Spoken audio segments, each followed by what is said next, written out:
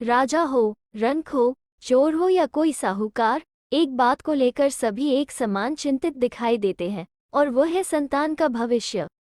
ऐसी ही सोच जगन की थी। जगन एक चोर था। बरसों से वो चोरियां करके ही अपने परिवार का भरण पोषण कर रहा था। अब उसका बेटा बड़ा हो गया था।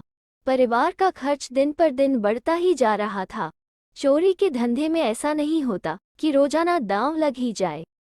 कई बार तो कई दिनों तक उसका दांव नहीं लगता था और उसे निराश होकर घर लौटना पड़ता था। कई बार इतना मोटा दांव लगता था कि पूरा घर कई दिनों तक दिवाली मनाता रहता था। जब जब ऐसा होता तब तब जगन को लगता कि दुनिया में इससे बेहतर दूसरा कोई काम ही नहीं है। अतः उसने फैसला कर लिया कि वह अपने बेटे को भी अपनी तरह एक सफल चोर बनाएगा। इसी सोच के चलते एक दिन वो अपने बेटे को अपने साथ लेकर चल दिया। रास्ते में उसने समझाते हुए कहा, देखो बेटा, अब हमारे परिवार का खर्चा बहुत बढ़ गया है, इसलिए मैं चाहता हूँ कि अब तुम भी धंधे में मेरा हाथ बटाओ।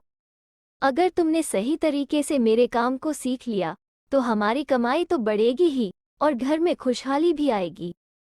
लड़का चुपचाप अपने पिता की बातें सुनता रहा। फिर एक स्थान पर रुककर जगन बोला, देखो, मैंने अपनी पहली चोरी उस घर में की थी। पहले ये घर कच्चा था और इस घर में बिजली भी नहीं थी। उन दिनों इस घर में दिया जलता था। मैंने पीछे की दीवार में सेंध लगाकर चोरी की थी। और वो घर देखो, जहां आज एक कार खड़ी है, वहां पहले एक साइकिल होती थी। मकान भी कच्चा था। मैंने इस घर में भी चोरी की थी। बेटा, अब तुमको मेरे काम में हाथ बटाना है। इसके अलावा और भी बहुत सी कॉलोनियां हैं जो आज संपन्न लोगों की बस्तियां हैं। जब ये कॉलोनियां बस रही थी तब मैंने अधिकांश घरों में चोरियां की थी। समय के साथ साथ ये लोग संपन्न हो गए हैं। ये हमारे लिए खुशी की बात है। संपन्न घरों से अच्छा माल मिलता है। जगन बोले जा रहा था और उसका बेटा सुन रहा था। वो गुमसुम सा था। उसके चेहरे के भावों से लग रहा था मानो उसके मन मस्तिष्क में कोई अंधर चल रहा हो।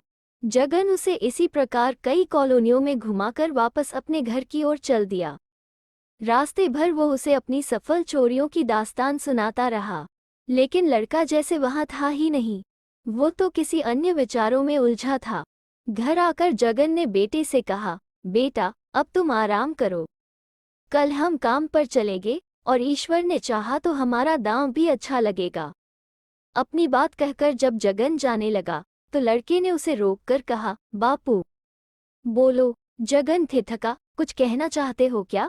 हाँ बापू, वो बड़े ही गंभीर लहजे में बोला, आपने आज मुझे बहुत से ऐसे घर दिखाए हैं बापू जहां आपने चोरी की। आपने ही बताया कि कल तक वे लोग इतने संपन्न नहीं थे, बल्कि आपने ये भी बताया कि एक घर में तो दिया जलता था और आज वहां बिजली के बल्ब व झाड़ फानूस जगमगा रहे हैं। तू कहना क्या चाहता है रे? जगन उलझन में पड़ गया। बापू, मैं ये कहना चाहता हूँ कि क्या कभी आपने अपने घर की तरफ देखा? क्या मतलब? अपने घर को तो मैं रोज ही देखता हूँ, मगर आपको इस घर में छाया अंधेरा दिखाई नहीं देता? क्या मतलब? चौंका जगन। तू क्या कहना चाहता है बेटा? मैं ये कहना चाहता हूँ कि इस घर में आज से सालों पहले भी इस दिए की मरी हुई रोशनी होती थी और 20 साल बाद भी इस घर में अंधेरा ही है।